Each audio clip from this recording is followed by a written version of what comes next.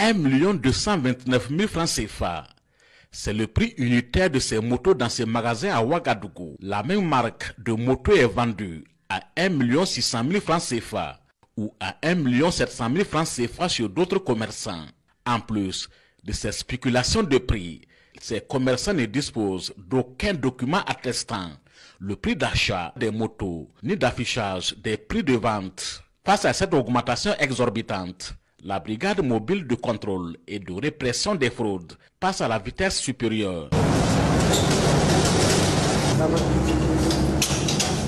Du quartier Larlé aux alentours du stade municipal, en passant par Gounguin, plusieurs magasins sont fermés sur fond de tractation. Oui, je dois aller payer à la personne.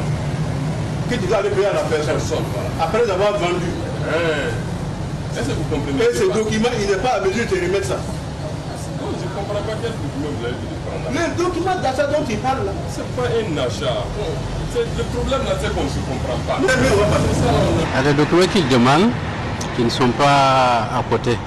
Ils m'ont dit qu'ils vont fermer. Lorsque je vais apporter ces documents, ils vont venir ouvrir pour moi. Vous savez de quels documents? Les documents d'achat